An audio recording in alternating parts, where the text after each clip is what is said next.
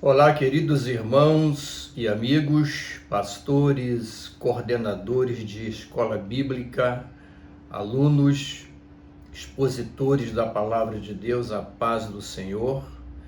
Uma alegria profunda no coração poder estar com vocês outra vez para mais um resumo da revista da lição da escola bíblica. E agora nós vamos começar uma nova jornada. Terminamos a nossa caminhada pelo livro dos Salmos, parte da poesia bíblica.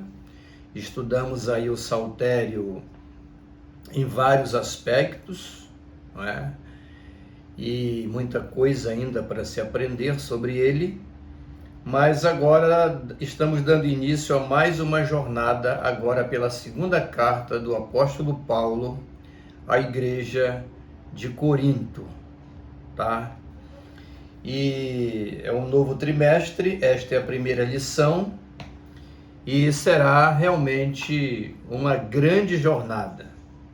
Depois de estudarmos a poesia bíblica, vamos agora nos defrontar com vários aconselhamentos pastorais, várias doutrinas que são de grande importância para o exercício da fé, e com certeza essas 13 lições, baseadas na segunda carta de Paulo aos Coríntios, vai nos trazer crescimento, amadurecimento e outras bênçãos relacionadas, né? Segunda carta aos Coríntios.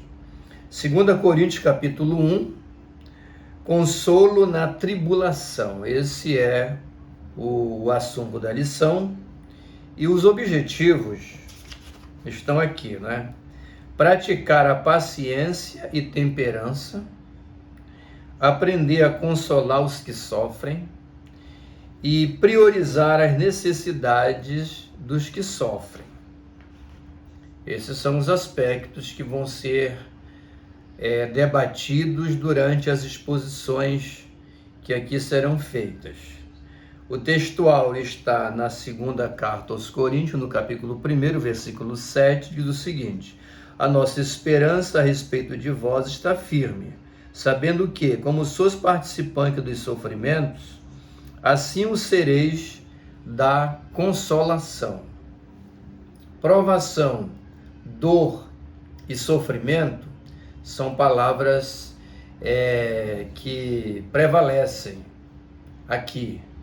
E você vai entender o porquê no decorrer da exposição. A verdade prática diz assim, olha, devemos ser pacientes, de novo, né? E constantes nas adversidades, pois somos consolados por Jesus, a fim de também consolarmos uns aos outros. Então você observa que paciência, constância, adversidade, consolo, são palavras aí que se relacionam, que se convergem para nos ensinar algumas lições de grande importância. Queridos, antes de entrar na exposição da lição propriamente dita, eu quero convidá-los a uma reflexão sobre o contexto histórico da carta aos Coríntios, no caso aqui a segunda carta. Isso é muito importante para um expositor da palavra de Deus.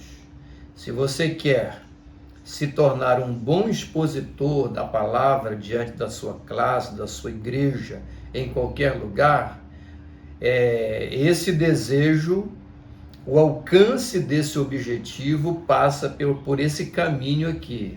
Que caminho? O caminho da preocupação em buscar os fundamentos dos textos que você vai expor. No caso aqui, nós já temos a lição, o comentarista aqui expondo em tópicos e itens, o capítulo 1 aqui da segunda carta aos Coríntios, por exemplo, né? Então já tem várias colocações aqui, mas se você quiser ser um bom expositor e passar essa lição com grandes conhecimentos que vão com certeza somar na sua aula e na vida dos seus alunos, você tem que ter preocupações a mais. E não ficar só que a revista é apenas um guia que nós temos. Então nós precisamos avançar e cavar outras coisas que, como já disse, vão tornar a sua aula enriquecida, uma aula magna, não é? E, consequentemente, produzir na vida dos seus alunos, da sua igreja, uma melhor qualidade de vida espiritual, que, aliás, esse é o propósito maior das lições bíblicas, proporcionar crescimento e amadurecimento na fé de todos nós, tanto de quem expõe como de quem acompanha.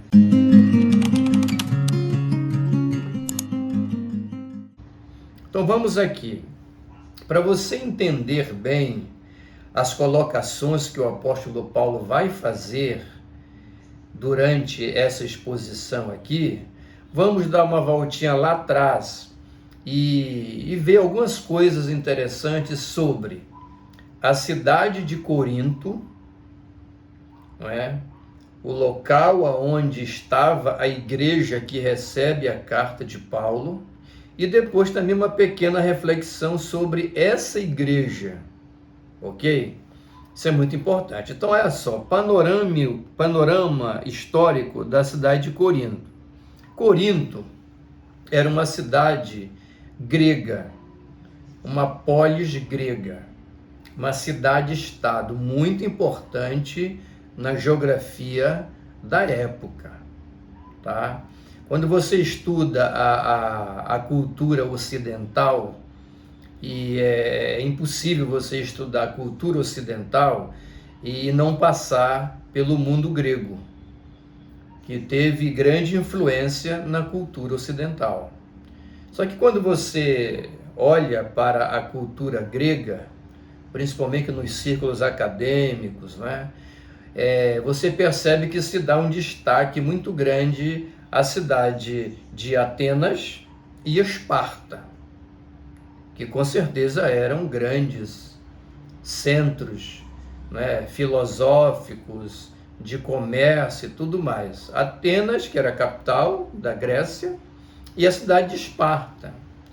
Mas quando você vai um pouquinho mais à frente, você vai se deparar com outras cidades tão importantes quanto aquelas aqui já citadas, no caso Atenas e Esparta. E uma dessas cidades é a cidade de Corinto. Ela era uma grande metrópole para os padrões da época. Então, Corinto, ela era uma cidade que estava a 48 quilômetros a oeste de Atenas, a capital da Grécia, e a cidade moderna, hoje, de Corinto, né, lá na Grécia, ela está a 5 quilômetros das ruínas dessa cidade antiga que eu vou te falar agora, né? Então, a cidade de Corinto era uma cidade profundamente idólatra. Ela era uma cidade rica e próspera, mas idólatra, promíscua, aonde reinava a prostituição em todas as suas versões. Em Corinto se tinha o templo de Apolo, que era o deus da sabedoria na mitologia grega. Até hoje você vê lá ruínas, né, as colunas, as 7 colunas que sobraram desse grande e majestoso templo que existia lá na Grécia, em Corinto, certo? E além do templo de Apolo, deus da sabedoria, da filosofia, existia também o templo de Afrodite, que ficava lá no cume, na chamada, tinha um nome que eles davam, Acrocoríntia, né? A parte mais alta lá do monte, lá em cima estava o templo de Afrodite, a deusa do amor. Entenda amor aqui como sinônimo de adultério, prostituição devassidão e todo tipo de desvio moral nesse campo que você possa imaginar. Não o amor pregado por Paulo, não era isso não, tá? Então é de Afrodite que deriva o termo hoje conhecido, né? Afrodisíaco, só para você ter uma ideia, né? Então é nessa linha aí, na linha do mundanismo, né?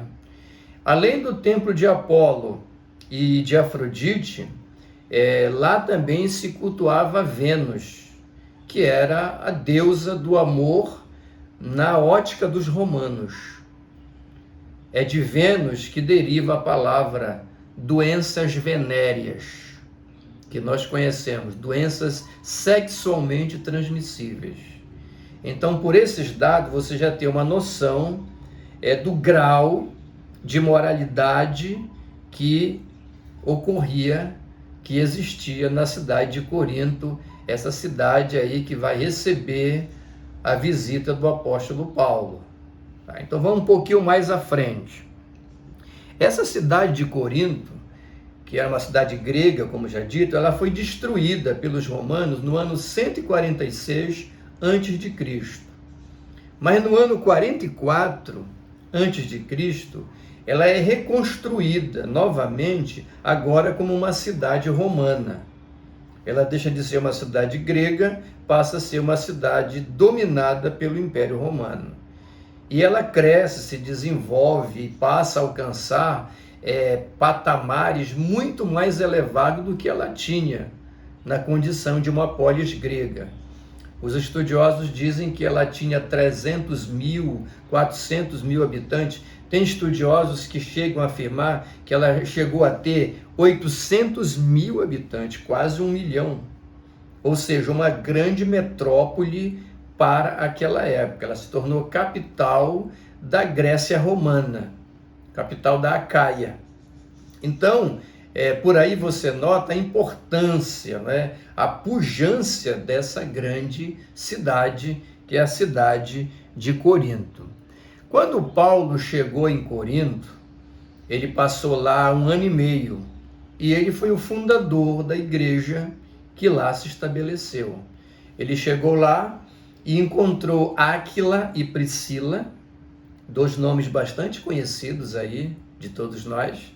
Quem eram Áquila e Priscila? Um casal de judeus que haviam partido de Roma e se abrigado em Corinto.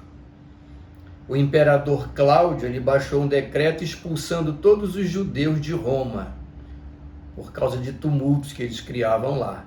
E aí, entre esses judeus, estavam Áquila e Priscila, que chegaram em Corinto. Então, Paulo chegou lá, se encontrou com eles, e eles hospedaram o apóstolo Paulo, e Paulo, quanto eles, eram construtores de tendas, então eles se uniram, aí eles foram grandes cooperadores do apóstolo na sua missão de implantar a igreja ali em Corinto, certo? Então, esse é o contexto histórico aqui resumido da cidade de Corinto. Ela depois voltou a ser uma cidade grega, como é até os dias de hoje, com a Guerra da Independência da Grécia. Mas esse é um resumo histórico de Corinto. Agora vamos à questão da carta. Essa segunda carta que Paulo escreveu. Ele escreveu 2 cartas, a primeira e segunda Coríntios, como nós temos no cânon sagrado, e o alvo do nosso estudo aqui é a segunda carta. Por que Paulo escreveu essa segunda carta? Só para você se municiar desse contexto, que vai te ajudar na compreensão do texto da carta, né? Paulo escreve essa carta para defender o seu apostolado, que estava sendo muito debatido, discutido, colocado em xeque lá na igreja de Corinto. Aqui se repete o que acontecia na Galácia. Vocês lembram, né, que nós estudamos já há um tempo, né? Lá na Galácia, os gálatas, eles depois de crerem no Evangelho, receberem o Evangelho da graça, eles estavam já sendo influenciados pelos judaizantes, que tentaram desviar esses irmãos, dizendo a eles que eles precisavam de outras coisas, dos rituais judaicos além da cruz de Cristo. Está entendendo? E uma das ações desses judaizantes era exatamente colocar em xeque o apostolado de Paulo, descredenciá-lo, difamá-lo, seria isso. Aqui em Corinto, a história é bem parecida. Depois que a igreja foi fundada, estabelecida, eu acho que 3 anos depois, né, muitos obreiros maus, apóstolos falsos, digamos assim, começaram a chegar em Corinto, e a igreja de Corinto recebeu esses obreiros, e eles começaram a minar a imagem do apóstolo Paulo, falar mal dele, tá entendendo? Tentando descredenciá-lo da condição de apóstolo. Então, um dos motivos da carta é reafirmar esse apostolado que Paulo tinha recebido de Deus. Tanto que no início ele fala, né? Ele se encarrega em dizer Paulo, apóstolo de Jesus Cristo, segundo a vontade de Deus. Esse é um dos motivos da carta. O outro ele escreveu a carta para falar dos seus sofrimentos, de todo o sofrimento que ele enfrentava em virtude de ser um apóstolo de Jesus.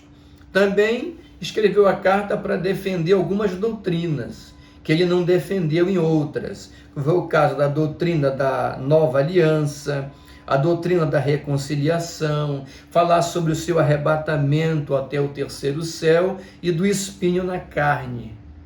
Tema tão debatido hoje entre os círculos acadêmicos, teológicos, do que seria isso. Então é aqui nessa carta que Paulo discorre sobre esses assuntos e outros mais. Então está aqui um pequeno contexto da cidade de Corinto e da igreja que recebeu essa carta lá, entendeu? Então a igreja de Corinto é uma igreja problemática, muito problema ali, entendeu? Divisão, problema de insubordinação, carnalidade, uso indevido de dons espirituais e por aí vai. Então vamos focar aqui na segunda carta de Paulo aos Coríntios. Para começar a aula, você pode refletir com a sua turma sobre a seguinte temática: alguém que está sofrendo ter a capacidade de consolar alguém que também está sofrendo. Veja que coisa interessante. Veja se você já passou por essa experiência. Pergunte aos seus alunos, a igreja, a classe, né? Você já passou pela experiência de ter que consolar alguém quando você mesmo estava em pedaços, digamos assim? Pois é, refletir sobre isso joga luz sobre a lição que nós agora passamos a expor. Por quê? Porque é uma necessidade de todo bom cristão, todo bom discípulo de Jesus, entendeu? Se você, quando está na luta, na dor, no sofrimento, passando dificuldade, você não tem forças para consolar, encorajar e orar e abençoar por alguém que está vivendo o mesmo drama, então bom sinal de que você não alcançou ainda uma maturidade espiritual ideal, esperada de um bom discípulo de Jesus. Esse é um dos debates que Paulo coloca aqui. Então vamos lá. Já falei do textual, da verdade prática. Vamos à exposição direta aqui. Introdução. 2 Coríntios foi escrito entre 54 e 57, quando Paulo estava na Macedônia. Ele estava por ali fazendo visitas, e de lá ele escreve esta segunda carta, porque a primeira ele escreveu a partir de Éfeso. Uma das cartas mais pessoais de Paulo. Por que 2 Coríntios é considerada uma das cartas mais pessoais? Porque nela o apóstolo Paulo expõe as suas fragilidades, como cansaço, medo, solidão e perseguições. Em outras palavras, em 2 Coríntios você pode enxergar o lado frágil de um grande homem de Deus. E já vai uma aplicação aqui que você pode fazer com a sua classe. Isso é uma realidade de todos nós. Não existe super-homens no Evangelho. Não existe a Mulher Maravilha da Igreja Assembleia de Deus em tal lugar. Não existe isso não, tá? Existem grandes mulheres de Deus, grandes homens de Deus, entusiastas, corajosos, aplicados, determinados, entendeu? Cheios de fé, mas nenhum de nós, não importa o grau de espiritualidade que tenhamos alcançado, estamos imunes, totalmente imunes de dor, fracassos, tristezas, entendeu? Sentimento depressivo, perseguições, cansaço, medo, vontade de desistir e por aí vai. Lembre-se de Elias, que desafiou os profetas no Monte Carmelo, fez chover, orou para não chover e por aí vai. E depois ele é ameaçado por uma mulher, ele entra numa caverna e pede para morrer. Todos nós estamos sujeitos a isso tudo. Então a carta, ela já ganha uma grande importância, porque ela escancara diante dos olhos de todos nós esse lado frágil do maior implantador de igreja da história do cristianismo, Saulo de Tarso, Paulo. Saulo de Tarso, seu nome no hebraico, judeu. Paulo, seu nome romano. Né? Então esse grande personagem também era frágil, também cansava, também se desiludia, também tinha medo e por aí vai. Grande lição. Ação de graças. Tópico 1. Gratos até pela tribulação. Paulo, apóstolo pela vontade de Deus, ele reafirma o seu apostolado em meio a ataques dos seus inimigos. Isso já foi dito. A igreja de Corinto pertence a Deus. Ele fez questão de afirmar que a igreja era de Deus e que homens não tinham o direito de vilipendiá-la, né, de maltratá-la e de desviá-la do seu propósito maior, que era servir ao Senhor. Apesar de rejeitado por muitos, Paulo dá graças ao Pai das misericórdias e de toda consolação. E aqui Paulo invoca uma questão muito importante que todos nós devemos ter em mente. Que lição é essa? É como dizia já Jeremias, né? Que as misericórdias do Senhor são a causa de não sermos consumidos. Tá? É por isso. Então, como dito antes, a vida com Deus e a condição de um homem de Deus ou de uma mulher de Deus experiente na jornada da fé não é imunidade contra o sofrimento. Deus permite o sofrimento, Deus permite a tribulação aos seus ministros, inclusive, no caso de nós pastores, tá? Para quê? Para que a gente possa maturar. Né? Qual é a aplicação aqui? Fazer a obra de Deus não tem um preço a ser pago. O discípulo do Senhor deve desenvolver capacidade de consolar quando também está passando por lutas, como dito na introdução. Olha, irmãos, consolar alguém quando nós estamos aos pedaços não é uma missão para pessoas fracas, anêmicas e sem estrutura espiritual. O discípulo de Cristo, seja ele um crente, seja ele, além de um crente, um ministro de Deus, um líder na igreja, ele precisa crescer, maturar, até alcançar essa estrutura.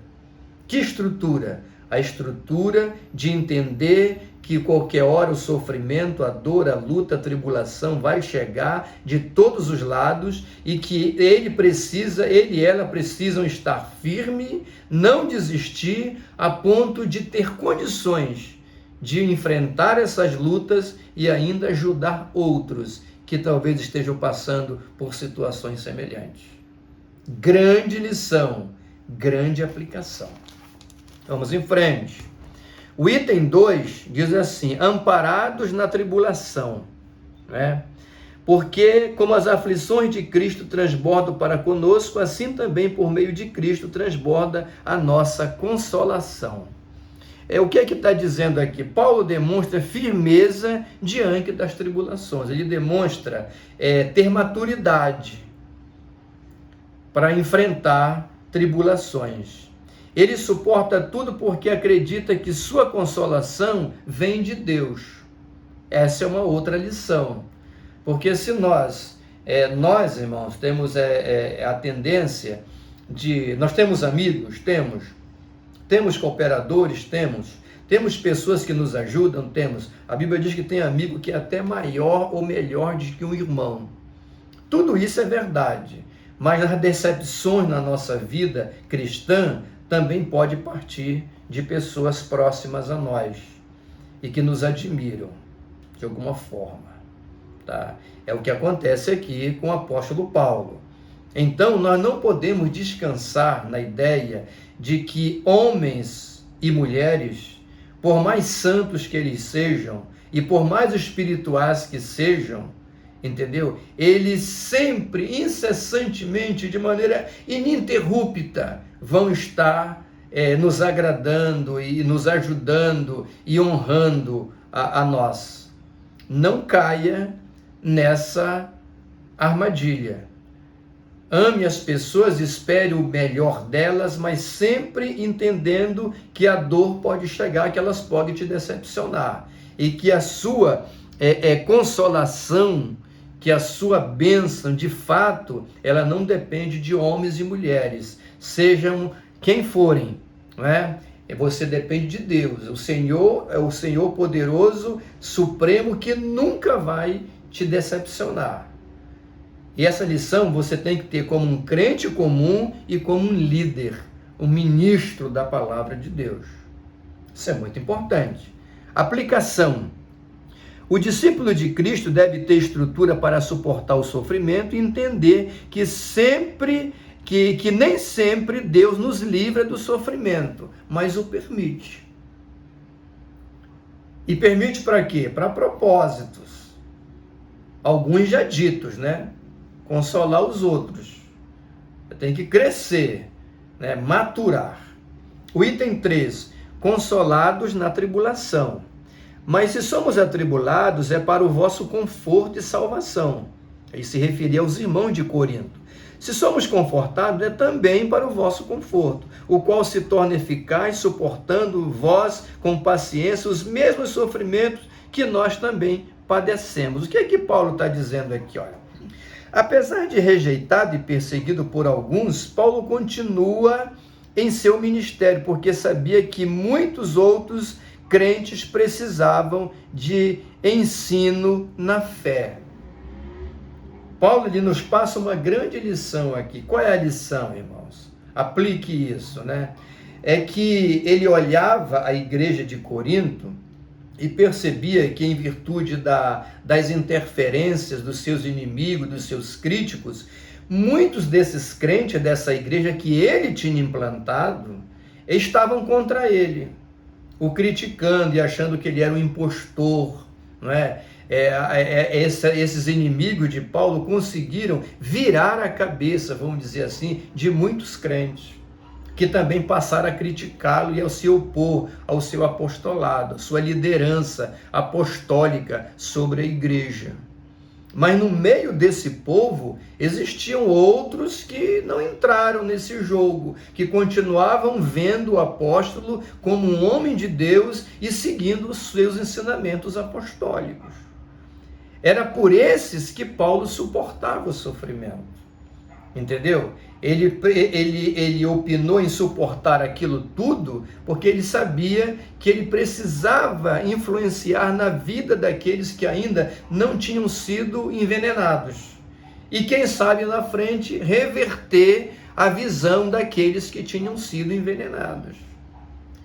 Então Paulo ele dá um grande exemplo aqui de um homem equilibrado, estruturado e consciente da sua missão pastoral, da sua missão apostólica.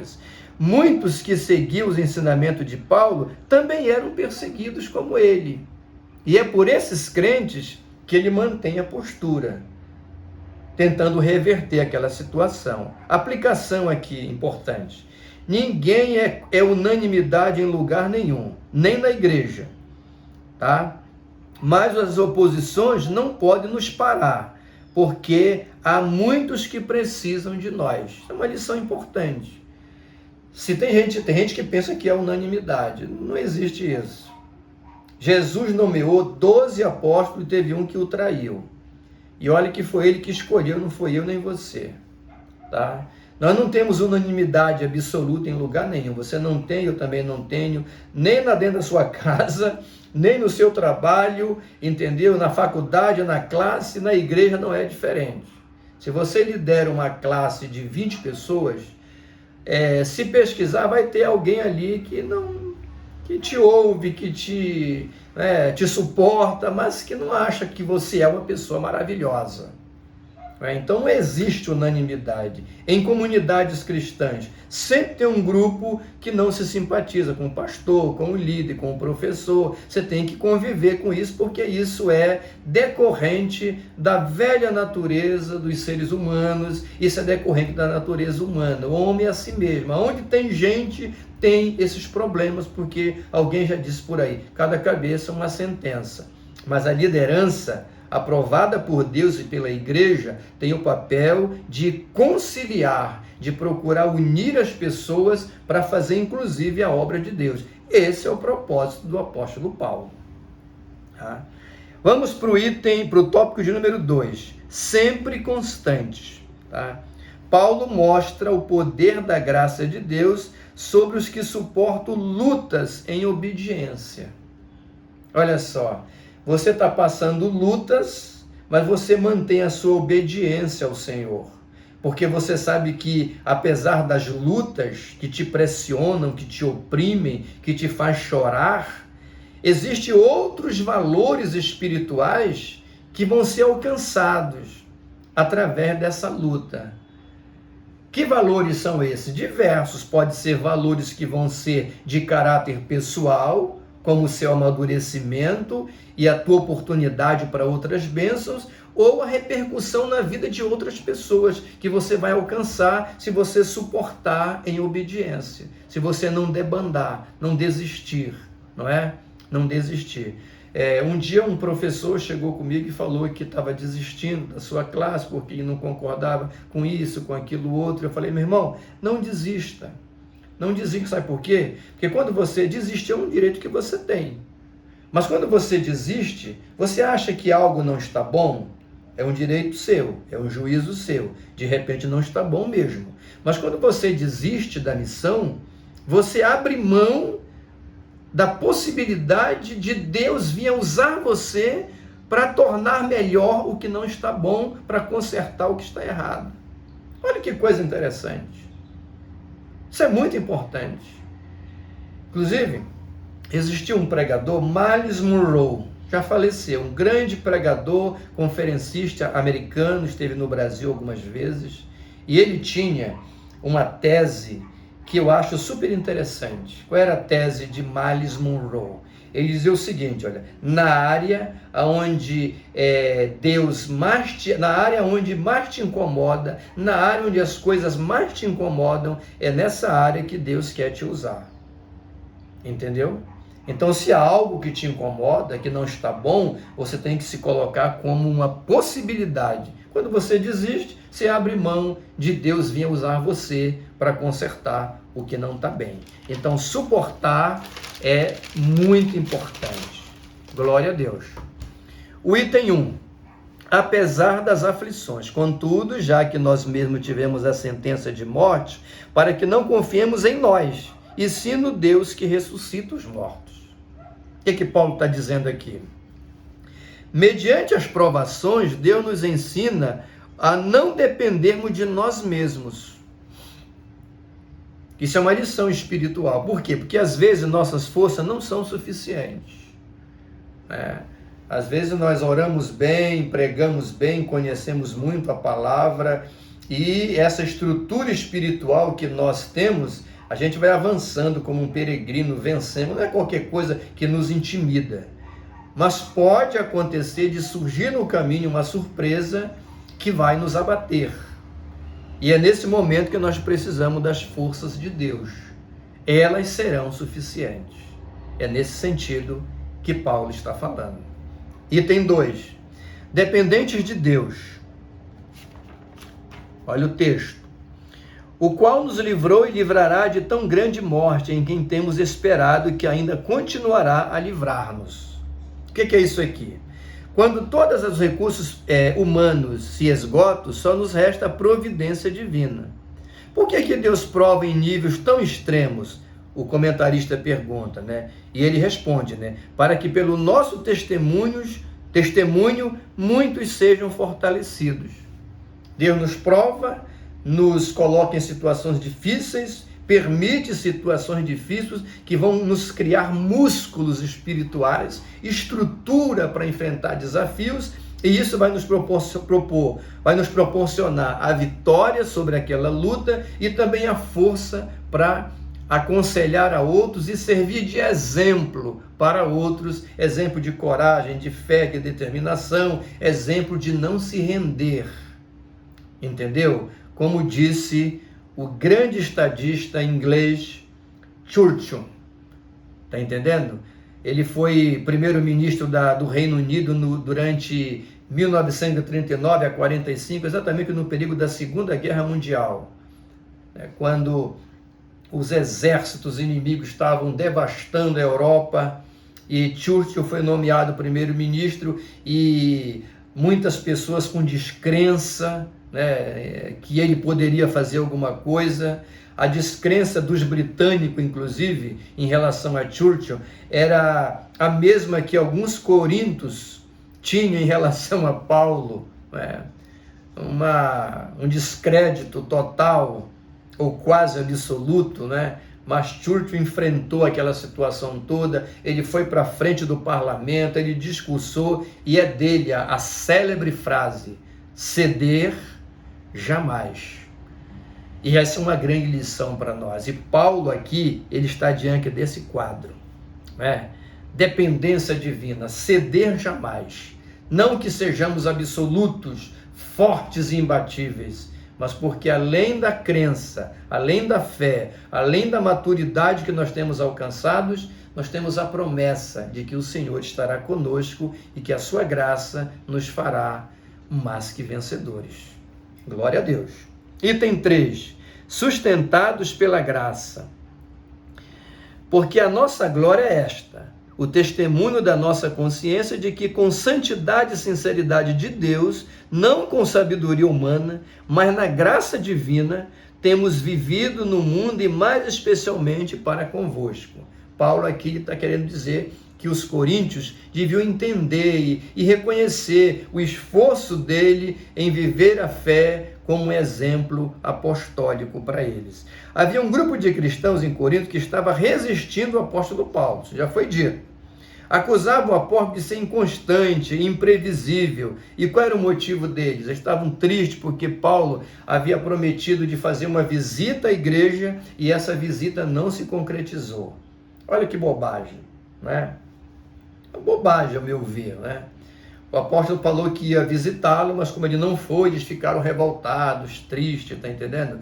Perderam a paciência. Isso é uma demonstração de imaturidade, É claro que tem coisas que nos desestimulam, mas nós temos que entender que no mundo dos homens existem falhas, por um motivo ou por outro. Então, eles não deveriam julgar o apóstolo daquela forma, a ponto de, só porque ele prometeu que ia fazer uma viagem e não deu para fazer, tratá-lo como alguém mentiroso, inconstante e que não merecia confiança. E foi isso que eles fizeram, Isso que eles fizeram. Qual é a aplicação aqui? O que um líder pastor deixa de fazer, às vezes, tem um peso maior do que aquilo que ele faz. Como aconteceu com Paulo, acontece comigo, acontece com você, acontece com muitos, não é? Muitos. Os coríntios, eles valorizaram mais, deram mais importância a uma aparente falha e impossibilidade do apóstolo em não fazer a visita do que em todo o trabalho que Paulo teve para fundar e estabelecer aquela igreja num lugar escuro, de trevas, de prostituição, de sacrifícios aos ídolos, de idolatria e promiscuidade. Lá no templo de Afrodite, 1000 prostitutas se prostituíam para arrumar dinheiro para manter aquilo ali, entendeu? Então você observa que Paulo enfrentou tudo isso para estabelecer aquela igreja, e os coríntios esqueceram disso e agora estavam considerando mais importante uma possível e falha e impossibilidade do apóstolo. Vê como é que as pessoas são, né? Esse sempre será o foco dos nossos opositores. Você pode fazer 1001 coisas, mas quem não gosta de você, quem está contra você e quer cavar um buraco embaixo dos teus pés, vai se utilizar, vai focar, entendeu, em coisas que aconteceram, que você falhou, nesse sentido aí. Sempre será assim. Ser humano é terrível. Indo para o final da exposição, o tópico de número 3, mansos como Jesus.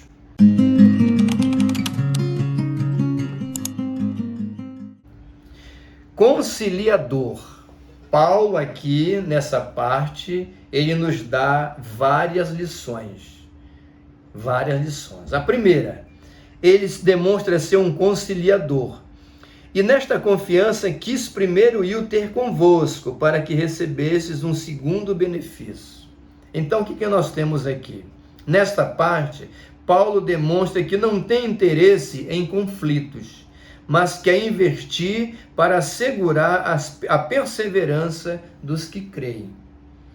Ele sabe que tem um grupo que está jogando pesado contra ele, mas ele sabe que tem outros que precisam ser alcançados e pastoreados por ele.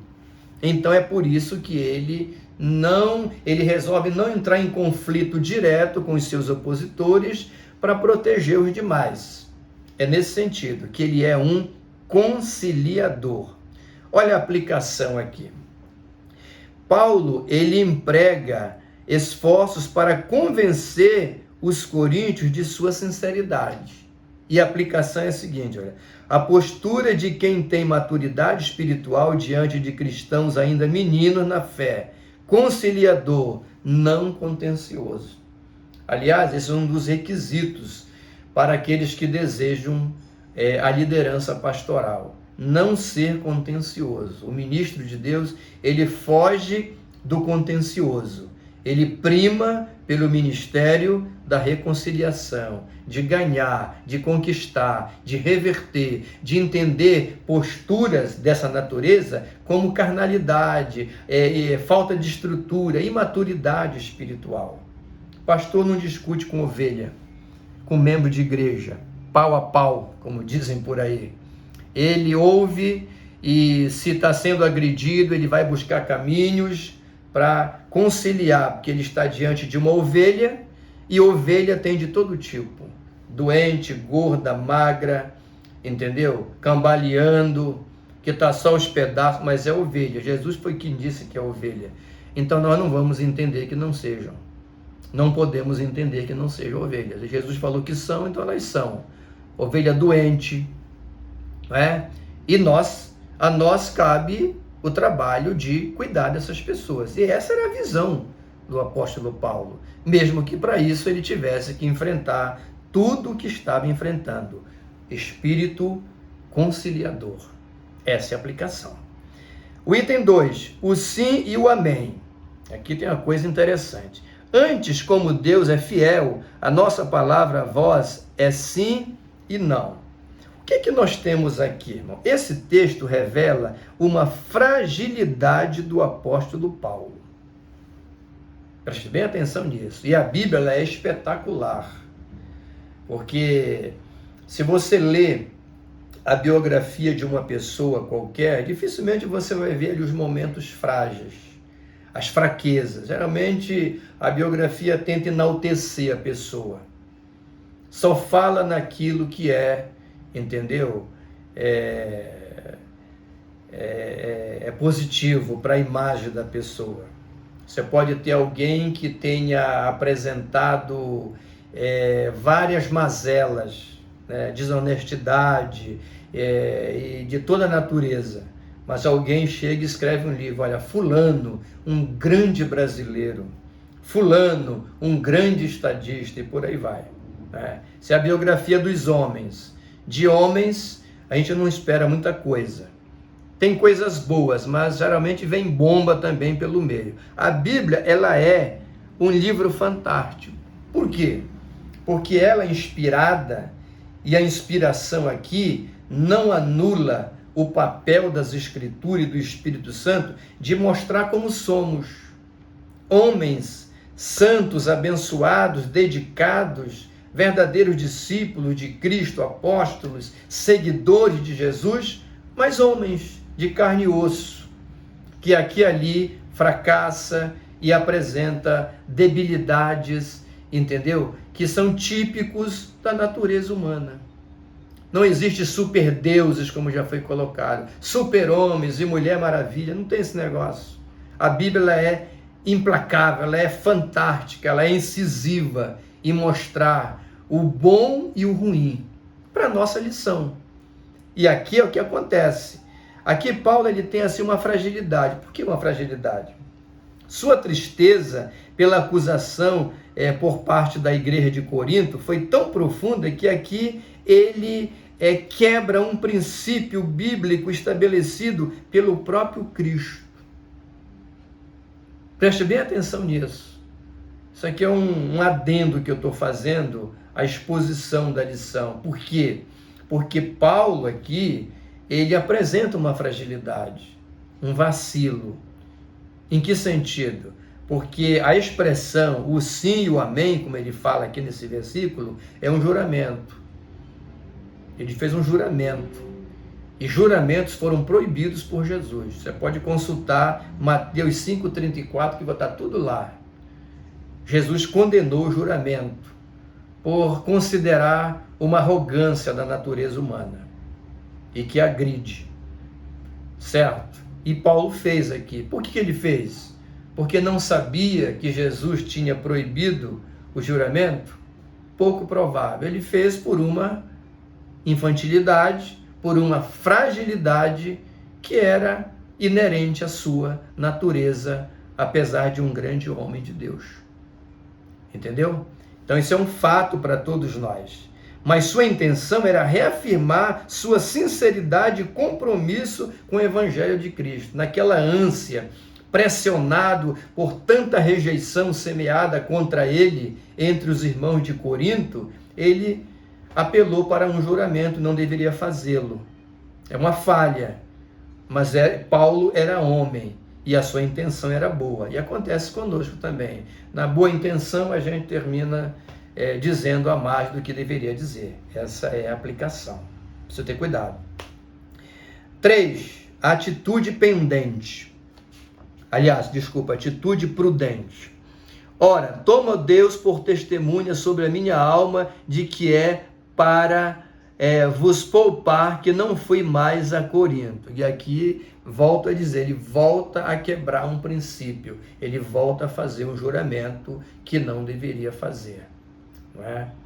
Novamente aqui, olha, ele usa, né, o nome, né, eu tomo a Deus por testemunha, tá entendendo? Eu juro por Deus, eu juro pela minha família, eu juro pelos meus filhos e assim por diante.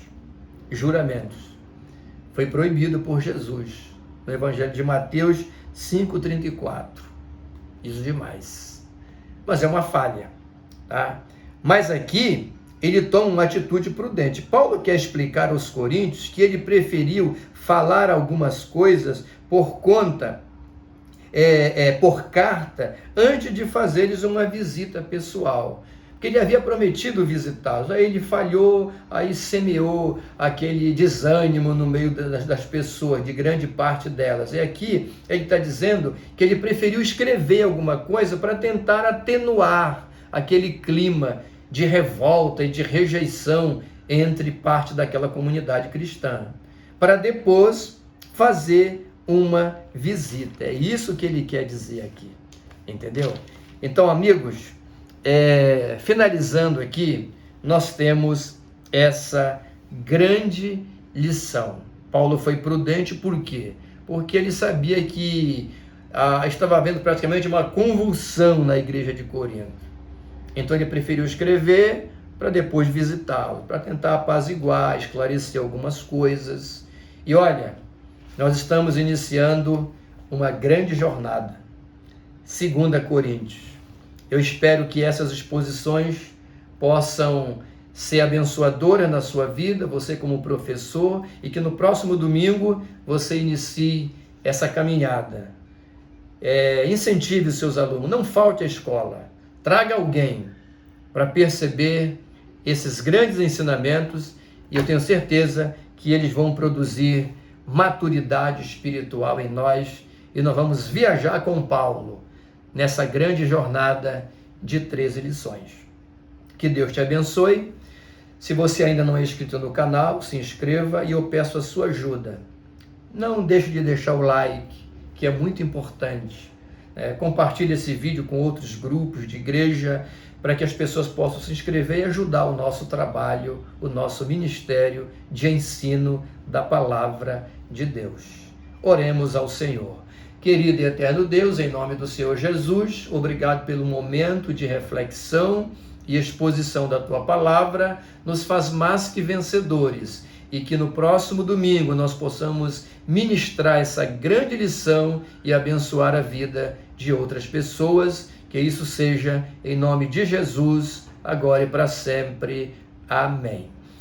Diga de que cidade você está assistindo essa ministração. Diga o seu nome, sua igreja. Nós queremos te mandar um abraço fraternal. Onde você estiver, que o Senhor te abençoe. Você, sua casa, sua família, seu trabalho e seu ministério. E um carinhoso abraço do reverendo Ed S., da Assembleia de Deus, em Belém do Pará.